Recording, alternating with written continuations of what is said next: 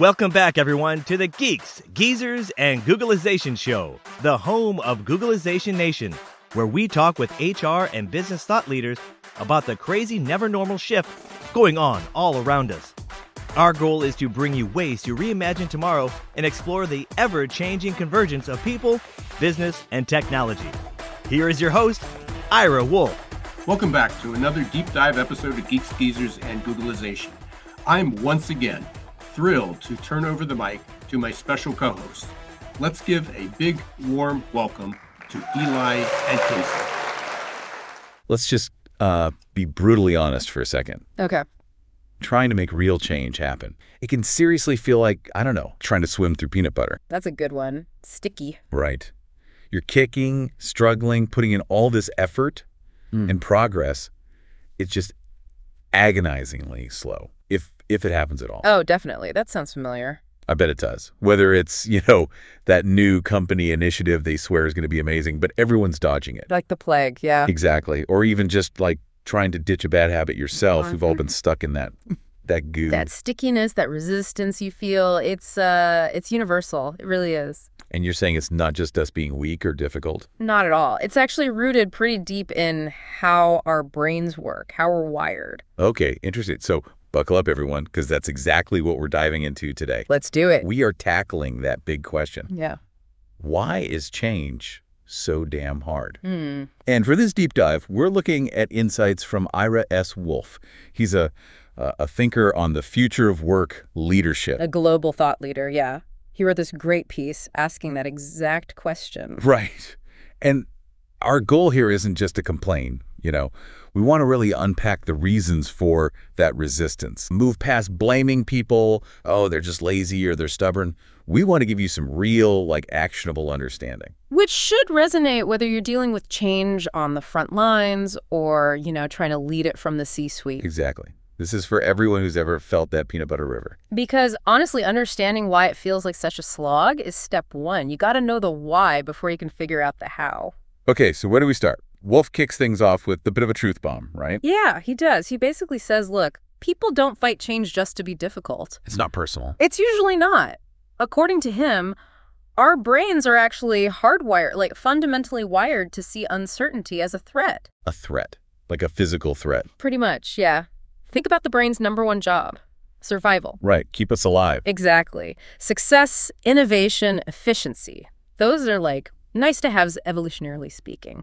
Survival comes first. And uncertainty, that signals danger. So the brain lumps uncertainty in with saber-toothed tigers. Well, it triggers the same basic alarm system, the amygdala. It lights up for uncertainty, kind of like it lights up for physical pain. Neuroscience 101, basically. Wow, okay. And he had that killer example in the article, didn't he, about the electric shocks? Oh, yeah, that's fascinating. People in a study, they actually felt more stressed out facing a 50-50 chance of getting a shock than knowing for sure they would get one. Exactly. Isn't that wild? We'd rather brace for guaranteed pain than live with the anxiety of maybe pain. That is insane. So we hate uncertainty that much. We really, really do. And think about how that translates to the workplace. Oh, yeah, that new system they're rolling out. Or, God forbid, a reorg. Precisely. Even if, logically, those things could be better in the long run, your brain first perceives the ambiguity, the unknown, as a potential danger. So it's not people rationally saying, I hate this specific software. Not initially, usually. It's more of a gut reaction, that deep-seated, almost automatic fear response kicking in. Fight or flight. So when people are dragging their feet or complaining, it might just be their lizard brain, as Wolfe puts it. Yeah, that more primitive part just trying to keep them safe from the scary unknown. It's not necessarily a conscious rebellion against you or the specific change. Even though it totally feels like it when you're the one pushing the change. Oh, absolutely. But understanding that primal reaction can maybe help shift the perspective a bit. Okay, so brain hates uncertainty. Yeah. Got it. Which leads right into the next point, right? Our love affair with the familiar. Exactly. Even if the familiar is, frankly, kind of terrible. Yes. Status quo bias. That's the one. It's a well-documented concept, from behavioral economics. Samuelson and Zeckhauser first flagged it. Daniel Kahneman's work really cemented it. The Nobel Prize winner, yeah. Right. And it basically says we irrationally prefer things to just stay the same. Even if staying the same means dealing with clunky processes or low morale or whatever the current mess is, yeah. From the brain's perspective, the familiar is, well, it's efficient. Less work for the brain. You got it. It requires less cognitive energy. We know the drill. Change forces us to learn new things, build new connections in the brain. Which sounds exhausting. It can feel that way, even if the payoff later is huge. That initial mental effort is a barrier. Okay, and then there's loss aversion layered on top of that. Oh, big time. This is another key psychological principle. Basically, the pain of losing something feels way more intense than the pleasure of gaining something of equal value. So when change comes along, we're not focusing on the potential upside. Our immediate focus tends to zoom in on what we might lose. Like our comfort zone, feeling like we know what we're doing. Exactly. Familiarity, competence, control over our day, our routines. Even if the potential gains from the change are way bigger, the fear of losing what we have often looms larger. That devil you know analogy Wolfe uses. It's perfect, isn't it? Even if the current situation, the devil we know, is hurting productivity, making everyone miserable. Driving us crazy. Right. The predictability of that known misery can feel safer, somehow, than the complete unknown of a new situation. We've figured out how to cope with the current chaos, at least. Starting over with a whole new set of problems feels daunting. More threatening, yeah. Okay, so brain hates unknown, clings to the familiar, fears loss, makes sense. But Wolfe takes it even deeper, doesn't he? Talking about identity. Yes, and this is where it gets really personal, and maybe where some of the strongest, most dug-in resistance comes from. Because work isn't just tasks. It's rarely just tasks. For many people, their job, their role, their skills, it's tied up with their sense of self, their identity, their professional value. Right, so if you change someone's workflow or their title, or even just the team they're on, it's not just a process streak. It can feel like you're questioning their competence, their worth, like you're attacking who they are professionally. think about like the person who's the absolute rock star with the old system. Everyone goes to them. The expert. And you bring in a new system, and suddenly they're a rookie again. Exactly. That shift from rock star to rookie can be incredibly destabilizing. It threatens that core sense of competence. And nobody wants to look incompetent. Nobody. That fear is huge.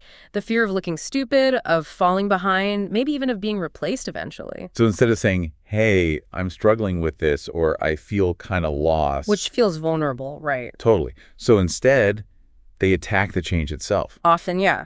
This new software is garbage, or this process is inefficient, or nobody asked for this. It becomes a critique of the change rather than an admission of personal insecurity. It's a defense mechanism. Protect the ego, protect the identity. Precisely.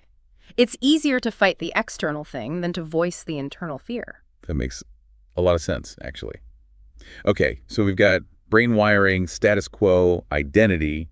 What about the culture? Ah, yes. The power of the tribe. Wolfe brings this up too. Not just groupthink as a buzzword, but like a real survival thing. Yeah, think of us as tribal animals, like he says. Yeah. We naturally form groups, teams, and within those groups, we develop shared ways of doing things, norms, culture. The way we do things around here. Exactly. And that shared culture creates cohesion, predictability, challenging those established norms, even with something objectively better. Can feel like you're threatening the group itself, like you're rocking the boat. It really can. It risks social friction, maybe even exclusion. People might resist not because they hate the idea, but because it disrupts the established social order of their tribe. So if a change feels like it's being pushed from outside that immediate group, Like from consultants or upper management who seem disconnected. it's immediately suspicious. Very often, yes. There's an us versus them dynamic that can kick in. The existing group feels like their way wasn't respected. They weren't consulted. And the change becomes this foreign object being forced on them, like a culture war almost. That's a good way to put it. You have to respect the existing tribe, the existing culture, if you want to introduce something new successfully. Which ties perfectly into the next big point, control. Yeah. Or the lack of it. Right.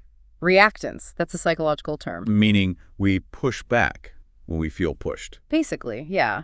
When change feels like it's being imposed on us, rather than something we have a say in, our instinct is often to resist, to reassert our autonomy. Even if resisting is counterproductive. Even then, it's that feeling of, you can't make me. It's about regaining a sense of control in a situation where we feel powerless. And we see that play out all the time, don't we? People digging in their heels. Maybe not outright refusing, but dragging their feet. Yeah, or finding a million reasons why the new way won't work. Passive aggression. Yeah. Ignoring the new process, hoping it'll just go away. All classic signs of reactance. Someone feels their control has been taken away, and they're trying to grab some back any way they can. So what's the antidote? How do you short-circuit that reactance? Well, Wolfe nails it. Give people skin in the game. Involvement. Ownership. Exactly. Let them participate. Give them a voice in shaping the change, even in small ways. When people feel they have some influence, some sense of ownership. They stop feeling like it's being done to them. Right. It becomes something they're part of. That feeling of being controlled goes way down, and usually so does the resistance. Okay, so when you peel back all these layers, the brain's threat response, status quo bias, identity, culture, control, it really, really boils down to the human element, doesn't it? Absolutely. That's the core argument. You can have the smartest strategy, the best tech, the most logical plan. But if you ignore the people part, It's probably going to falter or fail outright. Change is fundamentally emotional. It's messy. It's personal. you can't just send out a memo. You really can't. You have to engage with those fears, that sense of loss, the identity stuff, the need for control. You have to address the human side of it. Which is the difference between just, like, announcing change. And actually leading change. Leading change means getting into that messy human stuff. It does. Understanding the psychology, engaging with the emotions, bringing people along. And when you do get that right, Yeah. when you actually address those underlying human factors, That's when the magic happens, Yeah. right? That's when Yeah. you move beyond just grudging compliance. and you get actual transformation, real innovation. Exactly. Genuine engagement, real growth. It unlocks so much potential when you treat change as a human process, not just a logistical one. Okay, wow. So let's try and wrap this up with some clear takeaways for everyone listening. What have we learned about why change is so damn hard? All right, key things to remember. First, that craving for certainty. It's like an addiction. Withdrawal is real and uncomfortable. Okay, certainty is addictive. Got it. Second, Second, change almost always feels like a loss at first. Even if it leads to gains later, acknowledge that feeling of loss. right, loss comes before gain. Third, Third, resistance isn't usually defiance just for the sake of it.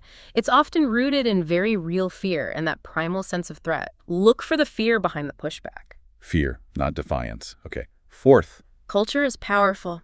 Yeah. Super powerful. You can't just ignore the tribe and expect things to go smoothly. You got to work with the culture. respect the tribe. And fifth, Fifth, that need for control. It's fundamental. People need to feel some sense of agency, especially when everything feels up in the air. Give them skin in the game. certainty, loss, fear, culture, control. Those are the big ones. Yeah, I think those capture the core of it. And maybe a final thought for people leading change or even just navigating it. Instead of trying to force certainty, which is often impossible anyway, focus on equipping people. Give them the tools, the support, and importantly, the permission to adapt. So build adaptability muscles, not just follow instructions. Exactly. Build resilience, build the capacity to handle the uncertainty rather than just trying to eliminate it. Okay, I like that. Building adaptability muscles. Which brings us to our final thought for everyone to chew on. Let's hear it. Comfort zones don't scale, Yeah. but adaptability does. Ooh, that's good. Let that sink in. What does that really mean for how you approach change?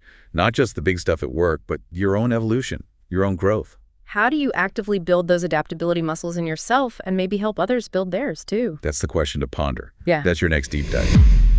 Thanks for watching Geeks, Geezers, and Googleization. Be sure to listen to the podcast and follow us on YouTube.